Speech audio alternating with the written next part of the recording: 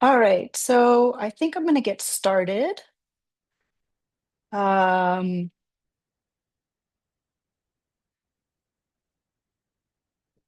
all right, welcome everyone to the 2026 Mindful Planning Workshop. I'm Jessica Deal. I'm a social and behavioral scientist and an academic writing consultant. So, the purpose of this workshop is to create an actionable roadmap that sets clear targets for reaching your academic publication goals sometime this year without the rigidity of endless deadlines. This is a working session and not a lecture, even though I'll probably talk a little bit too much. But in the interest of keeping down the background noise, please stay muted unless you're talking, in which case you can obviously unmute. And please use the chat for any questions. Just a note, I did update the planning template and I've shared the new version in the chat, which I'll send that out in the email with the recording later today. Nothing major changed. I just did a little bit of tweaking. You look at something a million times and there's always something else to update. Okay, so let's get started. Uh, Sorry, bear with me. Okay, just a little bit of context. I know it might seem strange that I'm hosting this workshop more than a month after the new year, but let me explain.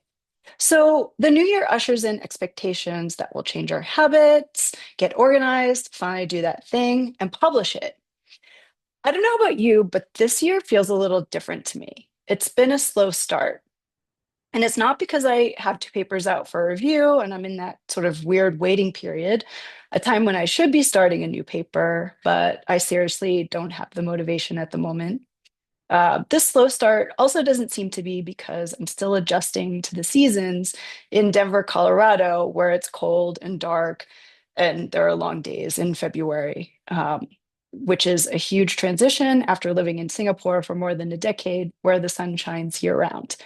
It feels more than that. And it occurred to me this year that it marks a major transition in the Chinese zodiac. Last year was the year of the wood snake, and this year brings in the fire horse. If I was back in Singapore, I would have known that because the Lunar New Year, well, it's a big deal there. But here in Denver, it's not really a thing. Well, so what? Whether you observe the Lunar New Year or you didn't even know about it, I like this idea of taking the time between the Gregorian New Year, which is January 1st, and the Lunar New Year, which this year falls on February 17th. I like this period as a transition period. I see it as a time to wrap up whatever came with me from last year, try on new habits before I fully commit and potentially fail. And it removes kind of this urgency of starting everything fresh and new on January 1st.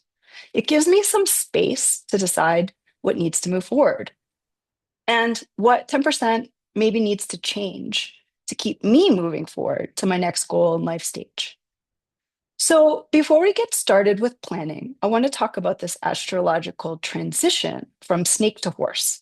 So, don't worry, I'm not going to get all woo woo, although I'm happy to do that offline if you want to chat. The year of the wood snake has the energy of introspection, transformation, growth, and shedding old habits. In numerology, it's a number nine, which marks the end of a long cycle. So, if last year felt quiet, perhaps that's why. Whereas on the other hand, the fire horse brings the energy of independence, strength, rapid movement, and bold, authentic choices. The fire horse is a combination of a zodiac sign, of which there are 12, and an element, of which there are five. So there's wood, earth, metal, water, and of course, fire. And this combination only happens every 60 years. So it's quite rare. In numerology, it's a number 10, which is also a one. So it marks the beginning of a new cycle. And this new cycle is all about intense energy, transformation, and opportunities for breakthrough, mindful planning. And this was motivation enough for me to host this workshop. So, just a brief overview of what we're going to do today. First, we're going to start with the big picture. And I want you to consider, why do you want or need to publish?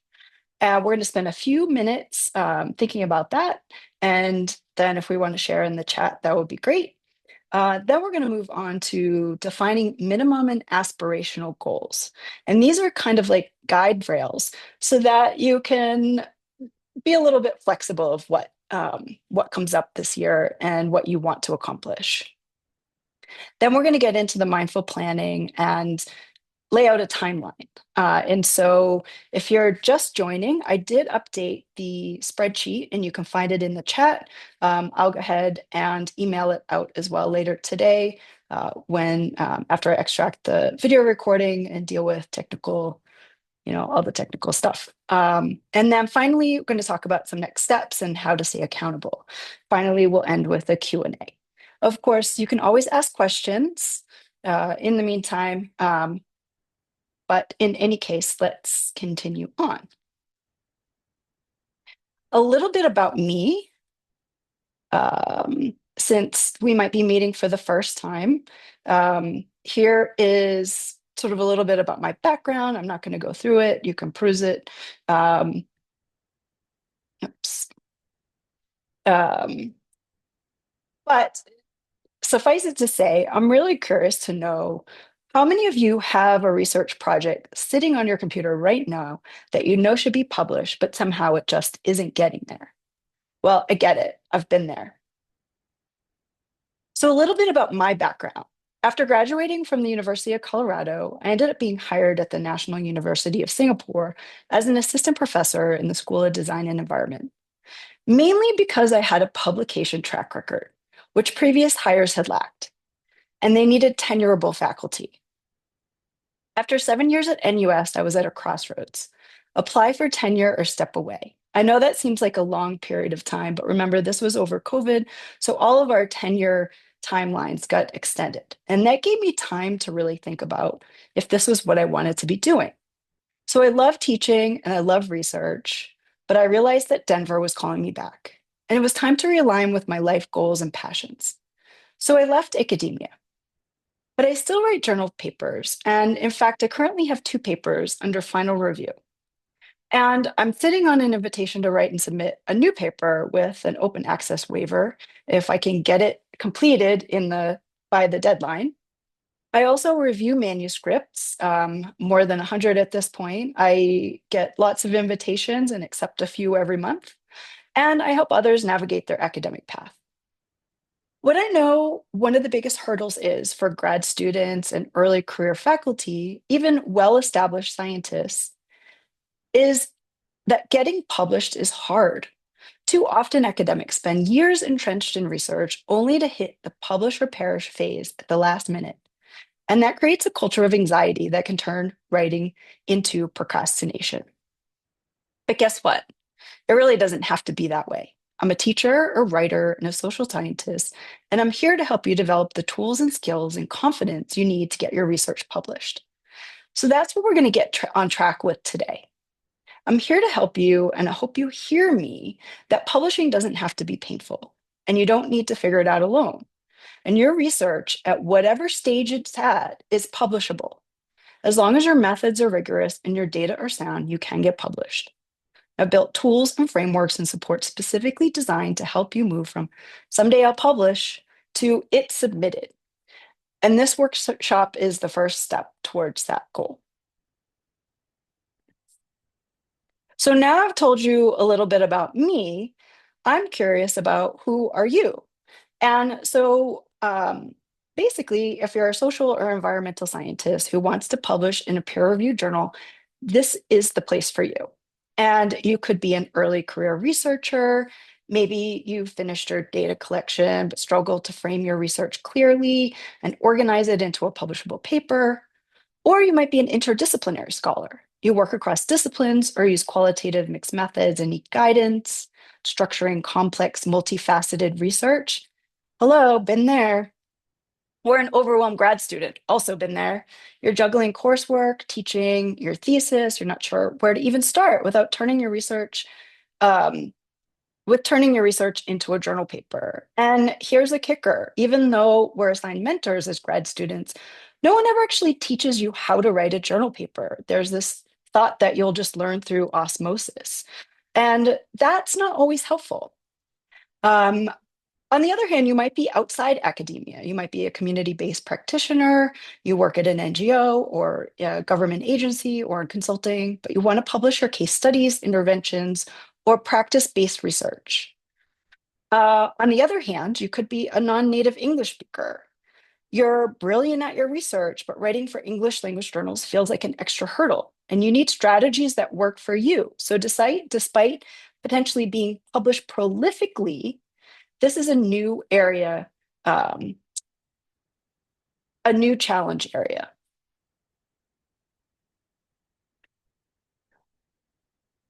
So, let's get real.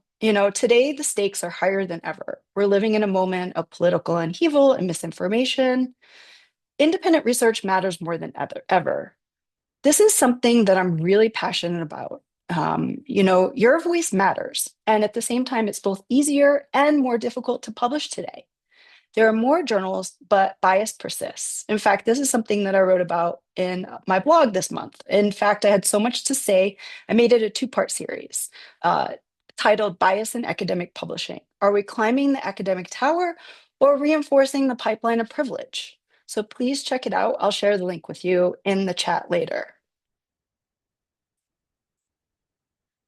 Okay, so within this context, I want to pause a few minutes for you to think about the big picture, your big picture. My intention for you is to set realistic goals and plan to underachieve. I know that sounds counterproductive, but stay with me. In my experience, when I plan to do less, I end up doing more, which feels so much better than planning more and doing less. I'm not interested in living a life where I consistently miss deadlines, where I have a bottomless to-do list, or never exercise and never have time for family or to meet up with friends because my calendar is totally filled. To be honest, I've gone years where my calendar was so overloaded with meetings, tasks, that half the non-deadline things just moved to the next week and the next and the next. I call it the busy shield, this armor of busyness that we surround ourselves with, that we believe gives us purpose, that we believe validates us. So I offer this quote: the most invisible form of wasted time is doing a good job on an unimportant task. Let that sink in for a second. The most invisible form of wasted time is doing a good job on an unimportant task. And one more quote, one that shook me awake and why I shifted my career. It's this: don't wake up one day and realize you're at the top of the wrong mountain. So it's easy to hop on the research and publication treadmill without a clear view of the big picture and why we're actually doing it. I remember my master's thesis advisor stating midway through my 2-year research project that she expected me to publish 2 papers from my research. I felt a mix of pride and terror. At that point, I planned to go into practice after graduation, and if I'd stopped to think about it, I really didn't need 2 publications to advance my career. As it turned out, I graduated into the 2009 market crash and ended up in a PhD program because it was that or unemployment. I was told by my new advisor that 2 publications were the minimum requirement to land an academic job. At that point, I was ahead of the game. I graduated and started on tenure track with a new expectation by my department for at least 1 publication per year to be promoted. I felt a mix of confidence, but also overwhelmed. So I started mindful planning and did more by doing less. So that's my story in a nutshell. And I'm curious about yours. I want you to think about, why do you want to publish? Here are some reasons to help you brainstorm the big picture. I'm going to give you a few minutes to read through. Um, the list and this might not be a comprehensive list, but it could be because of career advancement and job security, or contributing to your field's knowledge base, establishing credibility and expertise, networking and collaboration opportunities, securing funding and resources. I see a few things in the chat, so let me. Uh,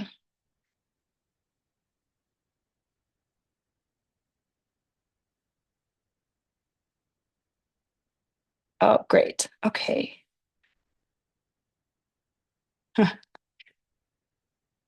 The worksheet in the chat, let me see. Maybe I have to add it after. Um, Let me just add it again. Sorry to pause for a second. But sometimes if you comment, I think if I upload it before you enter the room, you might not get to see it. So hopefully you can see it there. Excellent, excellent. All right. So in addition to, thanks for all those comments in the chat. So the big picture, career advancement, contributing to your field, establishing credibility and expertise. You might be looking for networking and collaboration opportunities, or securing funding and resources, or any or all of the above. So once you're clear on why you want or need to publish, it's time to be real about the benchmarks. So let me again pause for a second, and I want you to kind of read through and maybe just jot down quickly what big picture you're aiming for. And please feel free. Yeah, I see contributing to my field. Someone completed their PhD and wants to disseminate their work. Professional musician and teacher, working on music theory paper. Yes, I think establishing uh, credibility is such an important motivation to publish your work.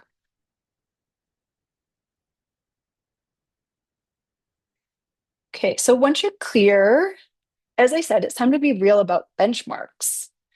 Is there a total number to get you to the next level? Do you need an annual number of outputs? Does it need to happen this year? If you struggle to write, are there alternative outputs that might satisfy a requirement, such as a conference poster or presentation?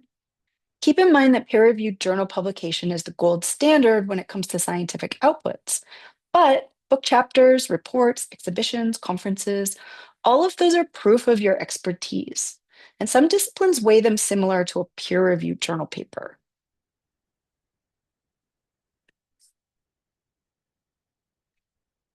Okay, so when it comes to planning your publication outputs for the year, I recommend setting two types of goals, a minimum and an aspirational. Your minimum goal is a baseline, what you absolutely need to accomplish to feel like you've made progress and met your professional or personal obligations. Maybe it's one solid journal paper or presenting at a conference with the aim of publishing it next year. Typically, for tenure track, the baseline is one journal paper per year. For grad students, it might be two papers total or one paper every other year. For practitioners, it might be one paper to land a new client or to be eligible for grant funding. It can vary widely, and only you know your situation. Your aspirational goal, on the other hand, is a stretch. It's what you'd aim to do if everything went smoothly this year. If reviewers are positive, if no major life events call you, um, perhaps that's three publications or one in a top tier journal, or diversifying your outputs into a book chapter or a conference presentation. The key is being realistic about your minimum. So don't set yourself up for failure while giving yourself permission to stretch with your aspirational goal. So, what's the minimum that you need to achieve? And then, what would you want to achieve if everything went perfectly? So, here's my advice: celebrate hitting your minimum like it's a major win, because it is. If you reach your aspirational goal, kudos to you. You're ahead of the game. It gives you permission to aim for a minimum next year for more work life balance. So, I want to take just 3 minutes to pause, and you have the combination of what is your overall goal, what is your purpose of publishing, and then what is the benchmark that you need to hit to reach that. Is there a minimum? Maybe you don't even need to publish a paper this year. Maybe it's just to get started. Maybe it's just to find a journal to publish in. And then what is your aspirational goal? So I'm going to give you about 2 to 3 minutes to think about that. So one thing I also want to mention is that if you don't know what the benchmark is, I really encourage you to talk to your advisor or your colleague, um, the head of your department, your manager. When I started at NUS, we were going through a new benchmarking system where we were trying to decide what are the actual benchmarks to tenure faculty. And it was a whole thing. And it took several years, but it was really eye-opening to see what really counted and what didn't, because there were publication outputs that I thought mattered that were not even comparable in any way, shape, or form to a peer review journal paper. And that really had me reassess what my publication outputs needed to be each year. Okay, so maybe another minute to think about that.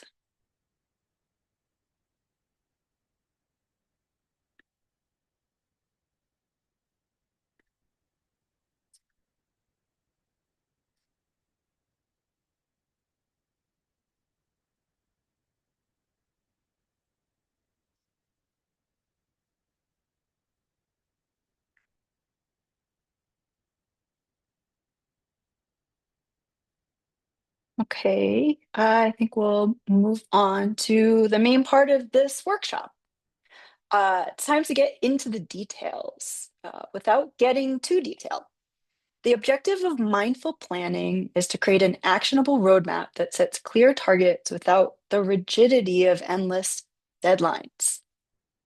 The spreadsheet that I've shared is the approach that I've developed over the course of my academic career. So 7 years of spreadsheets, and sort of tweaking it and figuring out how I could actually accomplish what I needed to each year without moving everything from one year to the next and never completing anything. So, as I said, this is an approach that I've developed, and I wish that I'd started as a grad student. So, those of you who are still working on their PhDs, you are ahead of the game. And of course, this worksheet is for you to make what you want of it. Some parts of it might not work for you, but I'm just going to walk you through how I've designed it and to give you a starting point. Basically, go through 4 steps. That is, make a list, create a timeline, plan weekly tasks, and then decide what to let go of. And I will share the spreadsheet in just 1 second, but I just want to go through these kind of quickly. Um, so first, make a list of your ongoing research projects. So whatever you have ongoing, and then any in progress um, outputs, which would be journal papers, book chapters, etc., for the calendar year. And then we're going to start to create a timeline where we start with hard and soft deadlines. Then we're going to use that to plan our weekly tasks on how to actually write and finish and submit whatever journal paper or papers you have planned for this year. And then finally, we're going to talk about what you can let go of. Okay, so I'm going to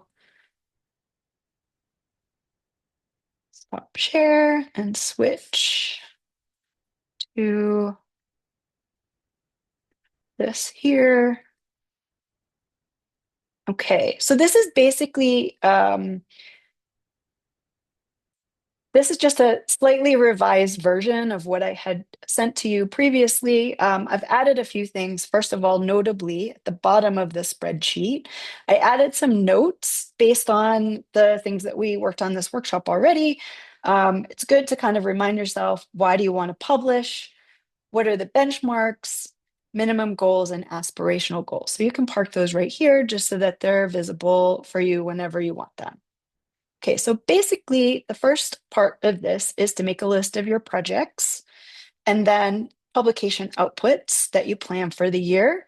Um, I also added presentations, possible presentations. If you are working on a book or a book chapter, books usually take multiple years, but if you're starting with an outline or submitting a proposal or even wrapping it up. And then I also include social media because I keep a blog. I still keep a blog on my research. I don't post monthly anymore, but I try to post whenever I publish something new. And also LinkedIn, I try to be on there at least weekly, just as a way of translating my research. So this would be your list of projects and outputs. And then over here, I've got a couple of tabs that I find useful. Again, use what works for you and delete or add what is going to um, just make sense. So under goal, I added a drop down for whether it's a minimum or an aspirational goal. So if, for example, you might have, um, you might be working on a current paper that you plan to publish this year, that would be a minimum goal. And then you might have a new paper that you're thinking up that you might start by the end of the year. If you have time, that could be an aspirational goal. And then I have a column for whether it's an active project or output or not. I find this really useful when I'm opening my spreadsheet and want to immediately go to the things that I'm currently working on. Um, it um, the green is for the current projects, and then I use the red to indicate projects that I'm not quite ready to work on that are maybe planned for later in the year. Or if I'm working on a project now and then it ends and it gets published or it's completed, then I can put um, the red circle to indicate, yay, it's done. I also have a couple columns for um, collaborators, research assistants, just so I know who's working on what, who I need to maybe send out things for review, or I might be getting things from review if someone else is the first author. Then for status, um, it's just a way. So actually, the drop down menu is just under publications. um, it's helpful to think about where you are, where in the process you are with a publication project, whether it's just an idea, draft, etc. Especially, for example, if you've submitted it, then we go over here to an action and know whether we need to be working on it, whether we're drafting it, which if it's submitted, then we're waiting for some sort of response. If it's out with a co-author, we might also be waiting for feedback. So yeah, so you can play around with those. I find them useful just so I can save my mental energy and focus on the things that are actually in draft version or being revised, which would still be under draft. Okay, so once you have your list of projects and publications, again, this is a work in project progress. I sometimes find midway through the year, I add a publication or delete something, depending on how my schedule is going. The next part is to create a timeline. And I always start with hard and soft deadlines. I have the whole calendar year. Notice how the rest of the year is empty. For me, this is just an example of previous year. So this is not my plan for this year, but just to give you an idea of what it could look like. Um, the weeks are not the actual weeks. I don't like to be that rigid. Basically, each month you have about 4 weeks that you're dealing with, four plus. And generally, the first week of the month, this is what I would plan to work on. The second week, this. So it can be a little bit flexible. Again, it's the idea of like planning without being super rigid about it. And so what I would do, for example, is if I have a journal paper that maybe there's a special issue that has a deadline the third week of April, I will put that deadline in first. If I have a conference presentation that I've been accepted to give, then I might put that event in that week. And then I start to work backwards on what I need to do between now and then. And so maybe the paper hasn't even been started. So I would have to start from the beginning. So I plan that out. For me, I always start. Oh, let me also state that down here, I have come up with some of the basic stages of writing a journal paper. It's quite comprehensive, so you might not need all of these, or you might combine them, whatever works for you. But I wanted to brainstorm everything that you possibly need to work on to get your paper finished. And so for me, I always start with abstract and argument, then spend a week thinking about structure, then move into the literature review. Then I usually give myself a couple weeks because something always comes up. Sometimes, maybe my lit review needs to take 3 weeks, or I find that I had something that came up this week and I need to move everything down. So I try to leave some gaps to make sure that I'm still on track. And it's specific enough without um, being too granular. Of course, you can, maybe you combine things, maybe you work on methods and findings at the same time, or you do that before the literature review. Anyway, this is the system that works for me. Um,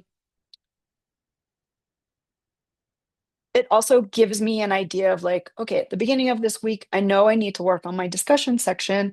So where in my calendar this week, I know it usually takes me maybe 2 to 3 hours to complete a discussion. So where can I find that block of time? I'm someone that needs blocks of time. Or is there, 15 or 30 minutes every day this week that I can find to work on the discussion? Okay. Okay, so then just one final thing on this that I find is helpful that you may use or not. I also include the type of output um, that I'm working on um, for research, the type of grant, and then my goal. Sometimes I'll start a paper. So I might have one paper that I want to publish this year, but I know by the end of the year, I'm going to have time to start another paper and I'm going to shoot for next year as my publication goal. And then who I plan to publish with or who is funding the grant. And so it's just a way to have a more complete understanding of what my project is. Okay, so then I also have a tab if you're interested, week by week. I use this calendar for each publication that I'm working on. I generally know, I've written enough papers now that I know about how much time it takes me to write each section, give or take. And so this is a weekly form that just helps me plan out how much time I'll need for each section. You may divide your paper into different sections or write it in a different order. This is how I organize it. Again, I mentioned that I like big blocks of time, but you might not. So it might be if you need, 2.5 hours for your abstract, then you might do 30 minutes, 15 minutes, 45 minutes, and kind of timeline it out that way. And then I also have one more spreadsheet for you if you want to get a sense of sort of your working cadence throughout the day, keeping track of when you actually work or are productive on working on your doing your writing. So in any case, let me pause for a second and see if there are any. Do a quick stop share. Oh, nice. Thank you for that comment. Stretch would be a book. So this is a great comment because a book is usually not written in 1 year unless you've written a lot of the pieces already for it. But this timeline is a great way to kind of lay out like where do you want to be by the end of the year in terms of finding a publisher in advance or waiting until it's completely written to find a publisher. Do you want to work on one chapter per month, or do you have a quarterly um, benchmark? Do you have a co-author? So thinking about how that can stretch out. I'm going to give you, I'm going to just take a pause for, we're going to do 10 minutes of working time right now where you can look at the spreadsheet and plan out your publication outputs for the year. Um, so I'm going to be quiet and I'm going to let you work for a few minutes and I will be back in 10 minutes.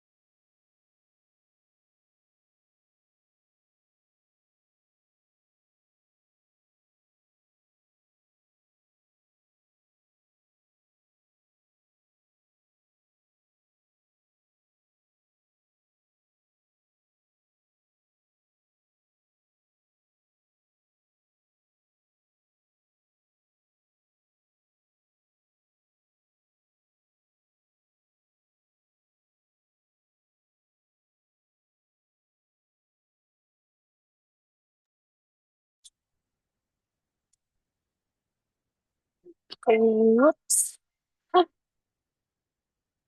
Um, I think that was just under 10 minutes. I don't know if where you are in your planning process or if you're finished or just starting. But I think we'll continue on and wrap up the presentation. So unless you have any questions about the spreadsheet itself, I would also be really curious if um, if you want to share what you're planning, that would be great too. Otherwise, I will let you continue on in your own time, and I'm going to wrap up a few more things to think about as you're going through your mindful planning and figure out your timeline. Um, you know, Planning is great and it can be fun to think about all the things that you're going to accomplish this year. But, accountability is what really keeps us on track. And so I created this little guide on four different types of personality based on what motivates you, from internal motivations to external motivations. Some of us are high internal, some are low internal, some of us are high external, some of us are low external. And you can see the kind of four categories of um, within each of these types of motivation. I'm not going to read through it, but if you look at the bullet points, I'm sure that you can relate to one or maybe even two of these. So I'll give you a second. So for me, full disclosure, I am an overachiever. I have high external and high internal motivators. If I say I'm going to do something, I do it. If you tell me to do something, I'm probably also going to do it. And that means that I'm really prone to burnout. None of these ways of being motivated is better than the other, but recognizing where you fall on the spectrum can be really useful in thinking about how to stay motivated. And so, with that in mind, here are a list of strategies that may or may not work for you, of course. But if you have a sense of how you're motivated and you look at the strategies within that sort of personality type, you might find something that really keeps you on track. Um, so again, I'm not going to read through all of these, but I will be sharing the slides later so that you can look through them. And once you identify your type, I really encourage you to just choose one of these accountability strategies that fits you, that sounds interesting, that sounds doable, and implement it this week.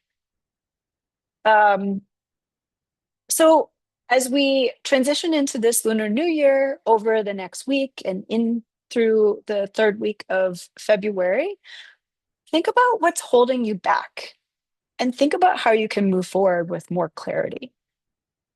But I also, with that in mind, don't want you to be surprised if your plans derail at some point. Again, this mindful planning is not about creating rigid timelines, but to give you a framework for the year. At some point, if you submit a paper or a viewer is going to request a major revision, you might have a family emergency that pops up, or you just lose momentum because that happens. But when it happens, revisit your minimum goal and adjust it without guilt. Remember, doing less to do more means giving yourself permission to recalibrate and not abandon ship. So that's it in a nutshell. This is my roadmap to help you plan your 2026 outputs. And so finally, now that you have the roadmap, I really want you to use it. The recording of this workshop and the worksheet will be sent to you in a few hours.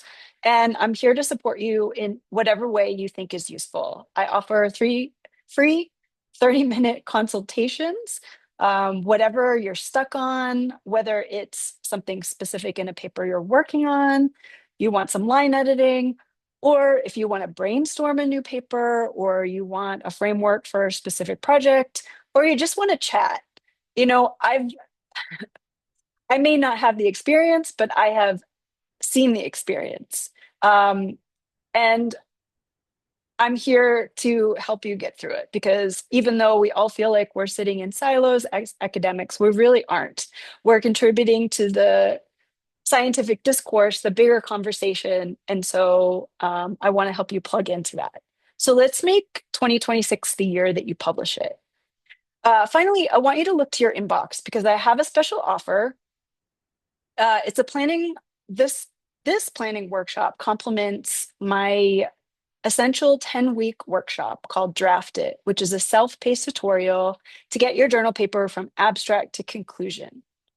It covers topics on how to structure your journal paper, articulate your core argument, write and refine your introduction and lit review, um, write up basic contents, and organize it overall, conclude it, and finish it.